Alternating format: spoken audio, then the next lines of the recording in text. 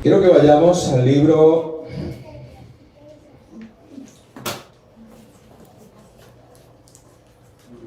de Segunda de Corintios capítulo 5. Este texto es un texto bastante conocido,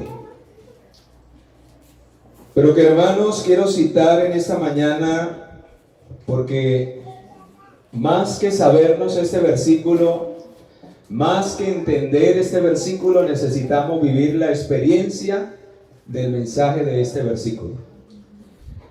Si como hijos de Dios y como cristianos que nos hacemos llamar, viviéramos realmente la experiencia de este versículo de 2 de Corintios capítulo 5, versículo 17, hermanos, nuestras vidas serían muy diferentes a la que hoy tenemos.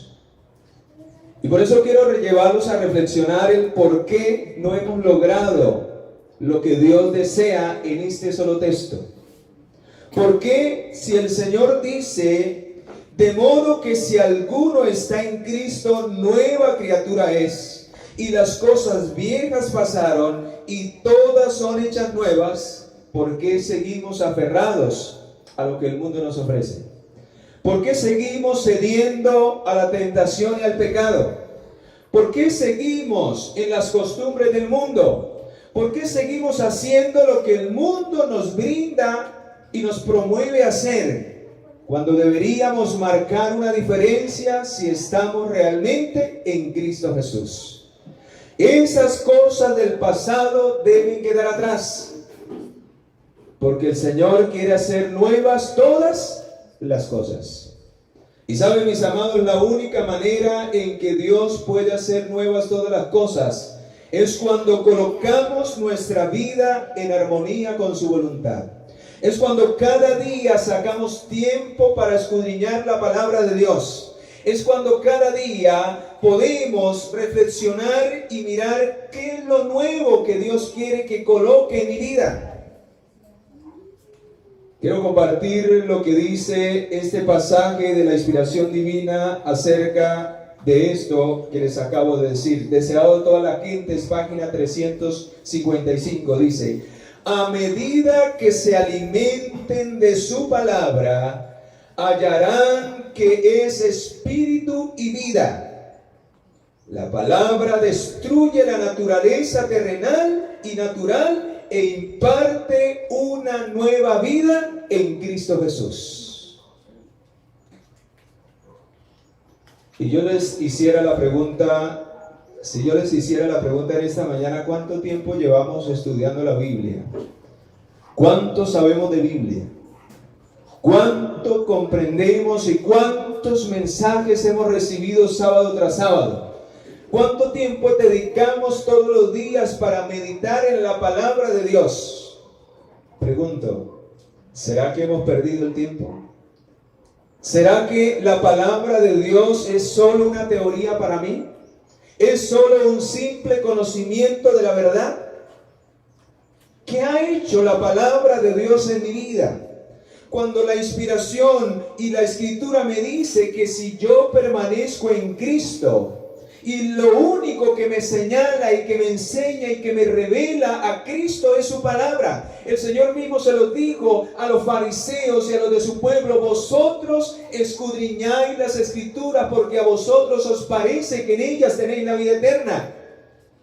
¿Será que nos está pasando como le pasaba al pueblo judío? Que solo escudriñamos, que solo escuchamos, que solo leemos la palabra de Dios simplemente para tener un conocimiento, para tener y responder a una pregunta, quizás para estudiar una lección porque nos preguntan el sábado.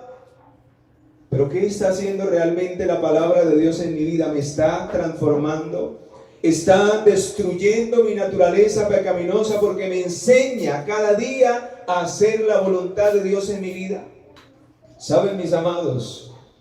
Si pasásemos de la teoría a la práctica, nuestras vidas serían vidas ricas, serían ricas espiritualmente, serían vidas más felices, porque viviríamos llenos de esperanza, Hermanos, una vez se encuentra con los hermanos y aunque están pasando por dificultades, yo les pregunto, ¿quién no pasa por dificultades?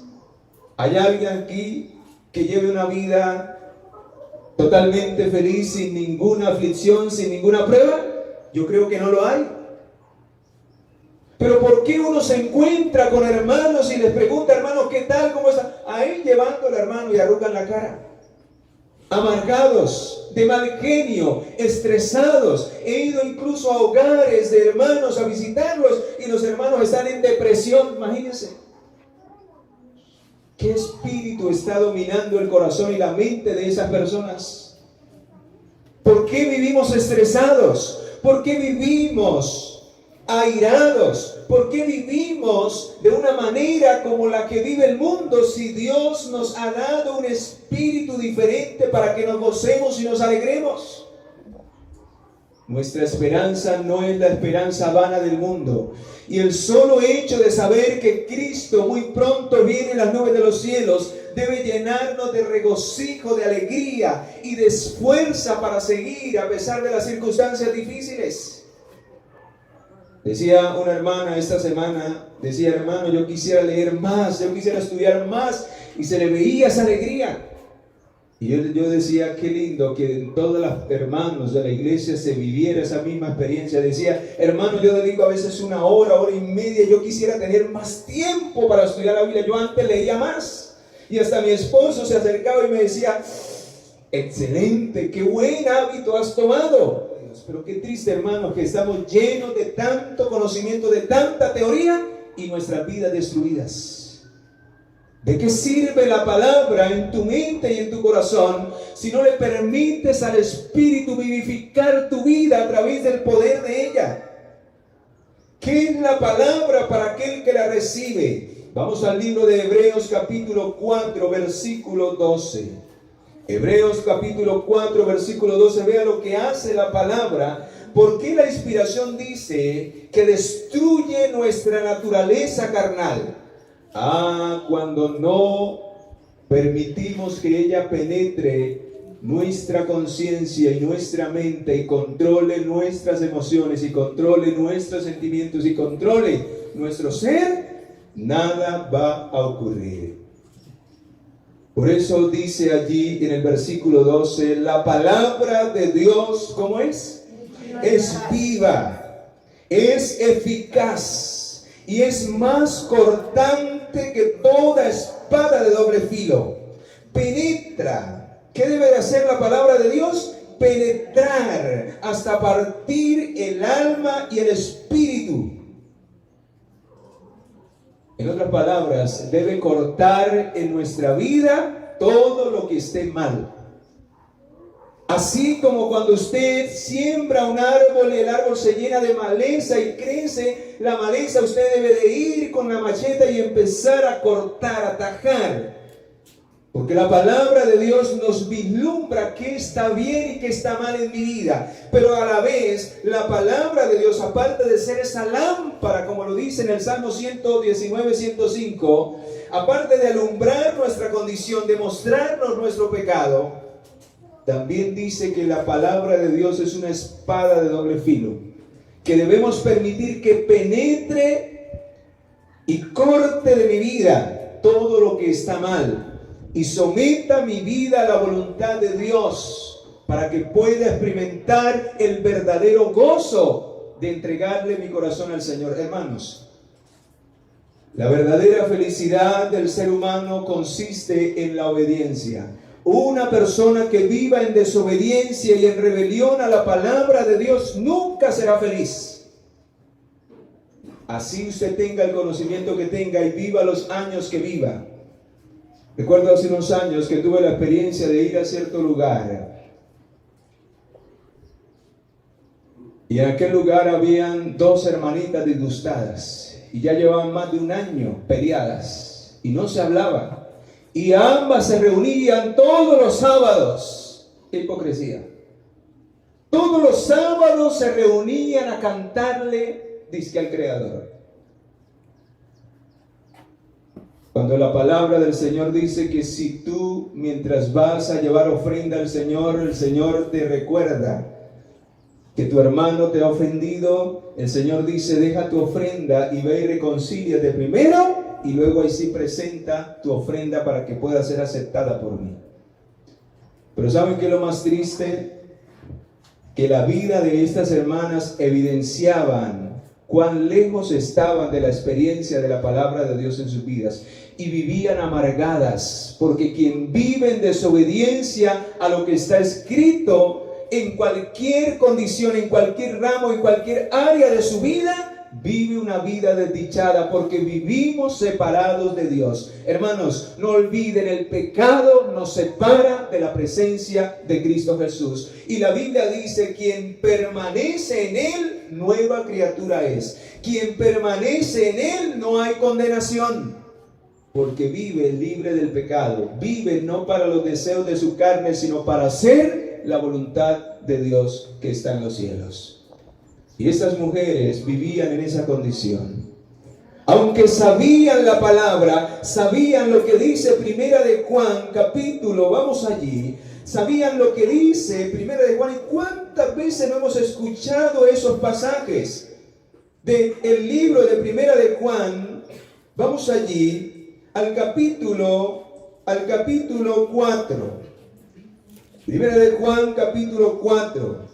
Dice el versículo 8, el que no ama no ha conocido a Dios, porque Dios es ¿qué? Porque Dios es amor. Y sabían también lo que dice el versículo 15 del capítulo 3 de ahí mismo. Dice, todo aquel que odia a su hermano, que guarda rencor, que guarda rencilla, que no perdona, que no se reconcilia con su hermano, aun cuando él no haya tenido culpa, todo aquel que a su hermano odia es un homicida. Y sabéis que ningún homicida tiene vida eterna permanente. En esto hemos conocido el amor de Dios, que Él puso su vida por nosotros. También nosotros debemos poner nuestras vidas por los hermanos. Pregunto, ¿merecíamos que Jesús muriera por nosotros? ¿Quién era el culpable, Jesús o nosotros? Nosotros. Pero más sin embargo Jesús no tuvo en cuenta nuestra culpa, nuestra ofensa, y no la sigue teniendo. Si usted se arrepiente y pide misericordia, Él sigue extendiendo sus brazos de amor. ¿Cuánto tiempo llevamos ofendiendo al Señor? Haciendo las cosas a nuestra manera, echando por tierra lo que el Señor quiere para nuestras vidas, y más sin embargo Él nos sigue amando. Y si usted está aquí en este lugar con vida, es porque Dios le ama y tiene misericordia de usted, como lo decía la hermana. Aunque ella en algún momento deseó eso, Dios le amaba a pesar de que pensaba de esa manera, y ahora está redimida por el Señor. Ahora tiene un pensamiento diferente. Y el Señor sabe nuestros corazones, y Él sabe hasta qué momento nos da oportunidad y gracia de podernos alcanzar en medio del pecado y de la desesperación. Por eso, si tú hoy estás aquí oyendo la voz del Señor, es porque Dios tiene misericordia de ti. Es porque tú vales mucho para el cielo. Vales la sangre del Cordero que ha sido derramada en la cruz del Calvario. No para que vivamos una teoría, sino para que vivamos una experiencia con Dios que transforme nuestro carácter, que haga de tu vida una vida de felicidad, de dicha. Que a pesar de las pruebas que tengamos, podamos decir, como lo dice en Romanos 8:28, a los que aman a Dios, todas las cosas nos ayudan a bien. Y así es, hermanos, en las peores dificultades aprendemos las más grandes lecciones que nos hacen mejores en medio de esta vida. El Señor ha hecho esa obra en este servidor en los momentos más difíciles de la vida. Yo he aprendido a confiar más en Dios cuando estoy solo, cuando todo el mundo me ha dado la espalda. He aprendido a depender más de Él cuando el mundo se me ha venido encima. He podido ver su mano poderosa asistiéndome y cuidándome. Y he podido entender que su palabra es fiel y verdadera. Y que si Él prometió que estaría con nosotros todos los días hasta el fin del mundo, así será. Y que si Él prometió en 1 de Pedro 5:8 y 5:7 en especial, que echemos nuestras ansiedades sobre Él porque Él tiene cuidado de nosotros. Si Él dice que el diablo anda como león rugiente buscando a quien devorar, es porque Dios tiene misericordia de nosotros y quiere nuestra salvación y no nuestra perdición. Pero saben, mis amados, la mayor evidencia de que realmente estamos en Cristo y de que realmente somos cristianos genuinos y verdaderos es la revelación de su carácter en nuestra vida. Es que su palabra sea un principio viviente en tu vida y en mi vida. En otras palabras, que lo que usted sabe no esté en desacuerdo con lo que usted vive. Que su vida sea la palabra de Dios. Que seamos epístolas o cartas leídas por los hombres. Que la gente no tenga que ir tanto a la Biblia, sino que en nosotros pueda haber el verdadero testimonio de lo que la palabra dice. Vea lo que dice este libro tan pequeñito, pero que me encanta y que tiene un mensaje solemne. La página 58, escucha. La belleza del carácter de Cristo se verá en los que le siguen. Esos son los que realmente están en Cristo y son nuevas criaturas, porque se ve un carácter diferente al del mundo. Pregunto, ¿el mundo vive en contiendas? ¿Sí o no? Sí, son los frutos de la carne. Pregunto, ¿el que está en Cristo debe vivir de esa manera? No. No, hermanos, porque su carácter debe revelar el carácter de aquel a quien siguen.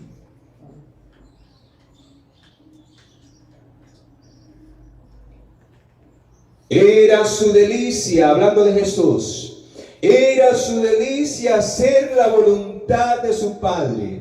El poder predominante en la vida de nuestro Salvador era el amor a Dios y el celo por su gloria. ¿Amamos realmente al Señor?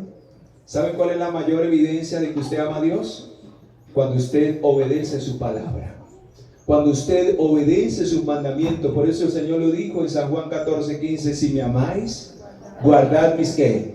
Mis mandamientos. ¿Y cuál es la mayor revelación del amor de Dios?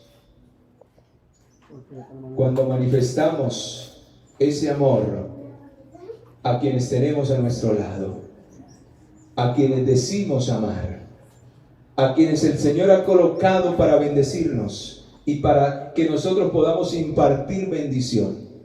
El cumplimiento de la ley, dice en el libro de Corintios, es la revelación de su amor.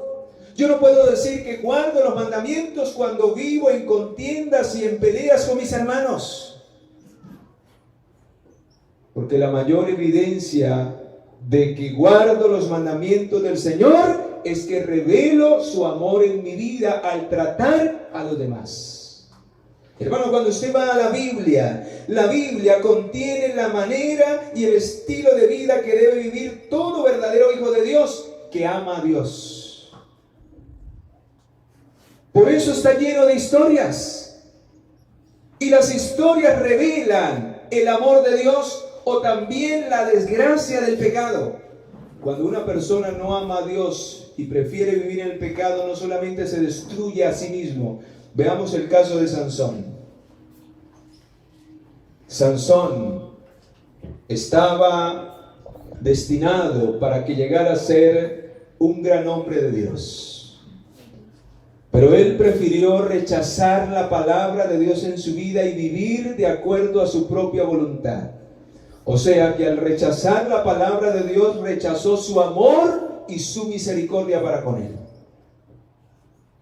Y por eso formó un carácter defectuoso que no solamente arruinó su vida, sino que llevó a muchos a arruinar su vida también por su testimonio. Y él trataba a los demás como él quería. Él prefería colocar los deseos de sus ojos por encima de la voluntad ¿de quién? Del Dios a quien le había creado y quien le había dado esa facultad de ver. Y pregunto, ¿le fue bien a Sansón?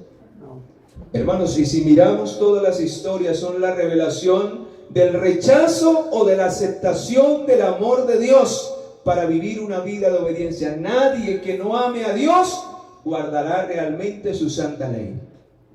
¿Sabe por qué? Vea lo que dice este pasaje, escucha. El amor embellecía y ennoblecía todas sus acciones. Si usted no hace las cosas por amor al Señor, no las haga, hermano. Es abominación delante del Señor. Debemos aprender a hacer las cosas por amor a aquel que se entregó por nosotros. Cuando usted experimenta el amor del Señor al mirar el sacrificio de Jesús, usted debe comprender allí cuán grande y extraordinario es aquel que sin necesidad ofreció su vida, porque Él ni siquiera, hermanos, lo mataron. Él se entregó voluntariamente. Él se hizo sacrificio. Él no murió como un mártir. Al mártir le quitan la vida por causa de la verdad, pero Jesús murió como el sacrificio, como la ofrenda. Él entregó su vida por su cuenta. Y lo hizo por amor a nosotros, para darnos una oportunidad de salvación y vida eterna, y para revelarnos cuán grande es su amor y su misericordia. Para que cuando usted mire la cruz y mire su vida, pueda recordar que así como un día Jesús le amó, usted debe y yo debo aprender a amar a quienes me rodean. Y de que si yo quiero revelar y valorar lo que Jesús hizo por mí en la cruz del Calvario, debo también aprender a valorar y a revelar el amor que Dios me ha dado a quienes tengo a mi lado. De lo contrario, hermanos, vivo una vida mentirosa. Vivo una simple ilusión de ser cristiano, porque Cristo realmente no mora en mí a través de su amor, en una vida de obediencia a su gracia y a su misericordia. Dice, el amor es de Dios y no puede producirlo o originarlo el corazón inconverso. Se encuentra solamente en el corazón donde Cristo reina. Por eso, aunque usted se esconda detrás de una fachada, en los momentos de tribulación se va a revelar quién realmente mora en su corazón. Pregunto, cuando vienen los momentos difíciles, ¿quién es el que se revela en su vida?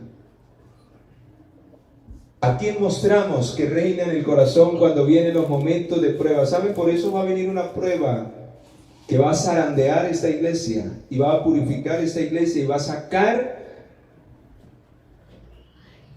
la cizaña del trigo. Y hermanos, aquí podemos darnos contentillo. Aquí podemos darnos quizás la espaldadita. Allí vamos bien, vamos bien.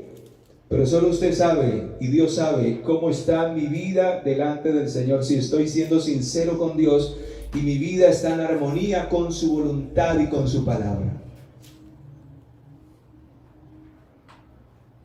Solamente en el corazón donde Cristo reina mora el verdadero amor. Nosotros, dice, vamos allí, 1 de Juan capítulo 4 versículo 19. ¿Por qué amamos a Dios? ¿Cómo llegamos a amar a Dios? Dice, nosotros le amamos a Él porque Él nos amó, ¿qué? O sea que cada día cuando usted contempla a través de la palabra de Dios el amor de Dios por usted, es que usted aprende a amar de verdad. Hermanos, por eso la inspiración divina, léanse el capítulo, en el deseo de todas las gentes, el capítulo titulado en Getsemaní.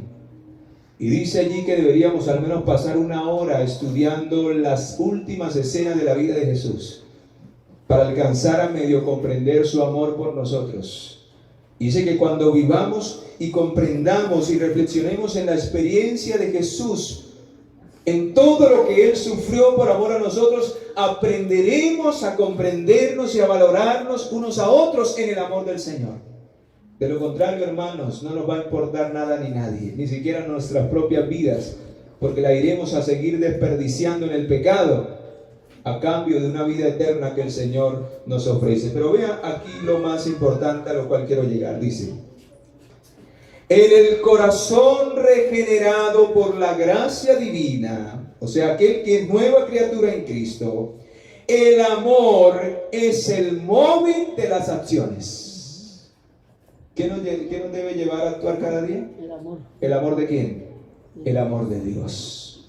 O sea, que nuestras acciones deben ser una respuesta al amor que el cielo ha derramado por nuestras almas. O sea que quien no se sacrifica para servir a Dios, para vivir cada día para Dios, para agradarle cada día, para estar dispuesto a ir a buscar a los perdidos, es porque no ha experimentado verdaderamente el amor de Cristo en su corazón. Y ahí es donde se van a cumplir las palabras de Filipenses capítulo 2 versículo 5. Entonces habrá en nosotros el mismo sentir que hubo ¿en quién? En Cristo Jesús. ¿Y qué hace ese amor que nos lleva a actuar? Por eso dice que la fe obra por amor. La verdadera fe nos lleva a obrar por amor. Modifica el carácter. ¿Qué hace con el carácter? Lo modifica. Gobierna los impulsos. ¿Por qué tomamos malas decisiones? Porque nuestros impulsos, nuestras emociones y nuestros sentimientos gobiernan nuestra voluntad, nuestra razón. Y como nuestra razón y nuestra voluntad no es la voluntad de Dios, ¿qué es lo que vamos a escoger siempre? Lo que a nosotros nos gusta y nos agrada. Y por eso somos esclavos de nuestras emociones. Por eso hay tanta gente en condiciones terribles. Hay tanta gente que se quita hoy la vida, porque las emociones tienen esclavizada su mente, dominan su corazón y pierden el sentido de la vida. Cuando el amor de Dios se mueve en nuestro corazón y vivimos cada día para Él, este amor modifica el carácter, gobierna los impulsos, restringe las pasiones, domina las enemistades y ennoblece los afectos. Este amor alimentado en el alma endulza la vida y derrama una influencia purificadora en todo nuestro ser. Entonces, hermanos, se notará la evidencia de que realmente Cristo mora en nuestras vidas. ¿Saben? Yo cuando veo a una persona que está dispuesta a servir, una persona que está feliz, que está siempre dispuesto a ser enseñado por Dios, que siempre no toca rogarle, sino esa persona dice, aquí estoy, ¿qué hay que hacer? Puedo notar que en esa persona sí mora la presencia de Cristo Jesús. Pero hermanos, cuando sacamos y nos quejamos por todo, cuando sacamos peros, cuando no hay tiempo, cuando no hay sacrificio, cuando no hay entrega, cuando no hay disposición, ahí no mora el Señor. Porque la vida del Señor fue eso. El Señor dijo en su palabra, yo no he venido para ser servido, sino ¿para qué? Para servir y dar mi vida por muchos. Y quienes siguen al Maestro deben seguir la misma senda. Vea lo que dice allí en San Juan capítulo, ahí mismo, primera de Juan capítulo 2, versículo 6. Dice, el que dice que permanece en Él, ¿cómo debe de andar todos los días? Debe de andar como Él anduvo. Por eso, mis amados, Dios quiere que en esta mañana reflexionemos cómo ando yo delante del Señor.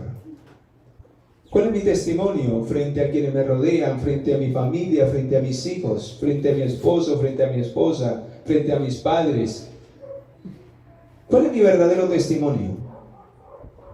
¿Realmente revelo a Cristo en mi vida?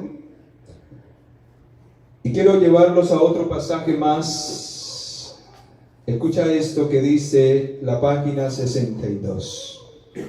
Era posible para Adán antes de la caída conservar un carácter justo por la obediencia a la ley de Dios. Mas no lo hizo, y por causa de su caída tenemos una naturaleza pecaminosa y no podemos hacernos justos a nosotros mismos. Puesto que somos pecadores y malos, no podemos obedecer la ley de Dios perfectamente. Por eso necesitamos cada día rendirnos ante el amor de Jesús, para que con su poder a través del Espíritu Santo podamos vivir para la gloria de su nombre. Hermanos, ¿qué nos enseña este párrafo? Nos enseña que separados de Cristo siempre vamos a ser cristianos derrotados. Nos enseña que si no vivimos cada día una relación con el Señor, en armonía con su voluntad, eso significa tener una relación con Dios, que mi voluntad sea anulada en la voluntad de Dios. Que cuando usted lea la Biblia y encuentre algo que no está en armonía con su vida, usted pueda caer de rodillas y decir: Señor, perdóname, ayúdame a hacer tu voluntad. Y cuando cada día experimenta la voluntad de Dios en su vida se llenará de gozo y de felicidad. Su vida será una vida con sentido, porque vendrá aquí, hermanos. Vendrá aquí a manifestar cuán grandes cosas el Señor ha hecho en usted. Hermanos, ¿saben? Cada sábado debería ser una fiesta de agradecimiento al Creador del universo por lo que Él ha hecho por nosotros durante la semana. Pero a veces llegamos al final de la semana derrotados por el pecado. Pero a pesar de eso, el sábado es un día de restauración. Es un día de entrega, de humillación, de reflexión, para mirar cómo está mi vida delante de Dios, para que ya no siga derrotado y pueda durante la semana contar cuán grandes cosas Dios puede hacer si me coloco en sus manos poderosas. Amén. Y quiero cerrar con otro texto más que quiero que lo graben en su mente y en su corazón. Lo que Dios está buscando desde el cielo es hombres y mujeres que revelen su carácter. Y hermano, nunca revelaremos su carácter si no vivimos en armonía con su palabra y con su voluntad. Vamos a ir a la palabra de Dios, al libro de Segunda de Crónicas, capítulo 9. Segunda de Crónicas, capítulo 9. Vea lo que dice allí la palabra de nuestro Dios. Segunda de Crónicas, capítulo 9, capítulo 16, versículo 9, al contrario. Capítulo 16, versículo 9. Vean que sobre quién se posan los ojos de Jehová desde el cielo. ¿Qué es lo que Dios está buscando entre los hombres de esta tierra, en tu vida y en mi vida? Dice: porque los ojos de Jehová contemplan toda la tierra, para mostrar su poder en favor de los que tienen, ¿qué? ¿Qué dice allí? De los que tienen un corazón recto, ¿delante de quién? Delante de Él. Ahora la pregunta es: ¿cómo podemos adquirir ese corazón recto, fiel, de obediencia al Señor? Si cada día caminamos en su voluntad por amor a Jesús. Si cada día entendemos que Jesús murió y vivió una vida de obediencia para que nosotros sigamos sus pisadas y podamos estar donde Él hoy está. Solo quien viva la vida de Jesús, una vida de obediencia, una vida de entrega, de sacrificio, una vida de humillación, una vida de sumisión a la voluntad de su Padre, finalmente gozará con el Señor por la eternidad en el cielo. Y esa vida, hermanos, si no la hemos empezado a vivir, debe empezar hoy. La pregunta en esta mañana es: ¿está mi vida realmente en Cristo? ¿Se deja ver eso en mi carácter? ¿Se deja ver eso en mis hábitos? ¿Se deja ver eso en mi manera de hablar y de tratar a los demás? ¿Se deja ver eso en la manera en que pienso, en la manera en que actúo? Aún en la manera en que hago las cosas, lo hago no para agradar a los hombres, sino para agradar ¿a quién? A Dios. ¿Cómo podemos hacer que otros amen a Dios cuando nosotros no hemos experimentado ese amor en nuestras vidas? Que eso sea una realidad, que eso se exprese y se manifieste en nuestro carácter, y que esa expresión pueda traer el corazón de miles a los pies de Cristo Jesús. Oremos para que esa sea la realidad de nuestra experiencia diaria.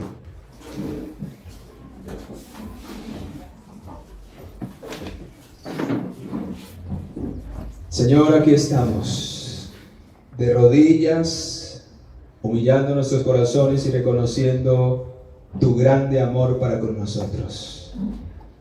Gracias, Señor, porque a través de tu amor podemos ver que vale la pena servirte a ti.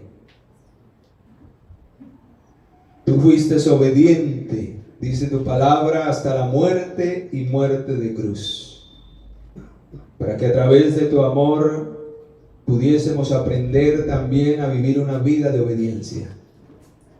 Solo cuando rendimos nuestro corazón a ti aprendemos a vivir esa experiencia por amor. Solo cuando experimentamos tu perdón aprenderemos a perdonar a los demás. Solo cuando reconocemos tu misericordia y tu paciencia aprenderemos a ser pacientes y amorosos los unos con los otros. Señor, ayúdanos a vivir esa experiencia y que esa experiencia impacte nuestra vida para que ya no sigamos siendo como somos, sino que tu carácter se pueda revelar en cada pensamiento, palabra y acción, y el mundo pueda creer que tú nos has enviado. Quizás la gente está a la defensiva porque nosotros actuamos igual que ellos, pero tu amor quebranta corazones, así como tu amor ha quebrantado los nuestros. Ayúdanos a llevar de ese amor en nuestras vidas, para que miles de murallas que han sido puestas por el pecado puedan ser quebrantadas por el poder de tu Espíritu, quien derrama el amor de Dios sobre nuestros corazones. Que esa sea nuestra experiencia cada día, y esa experiencia nos ayude a permanecer en Cristo Jesús. En Él oramos, en el nombre que es sobre todo nombre, en el nombre de Jesús, nuestro Señor y Salvador, lo pedimos y lo agradecemos todo. Amén, Señor. Amén.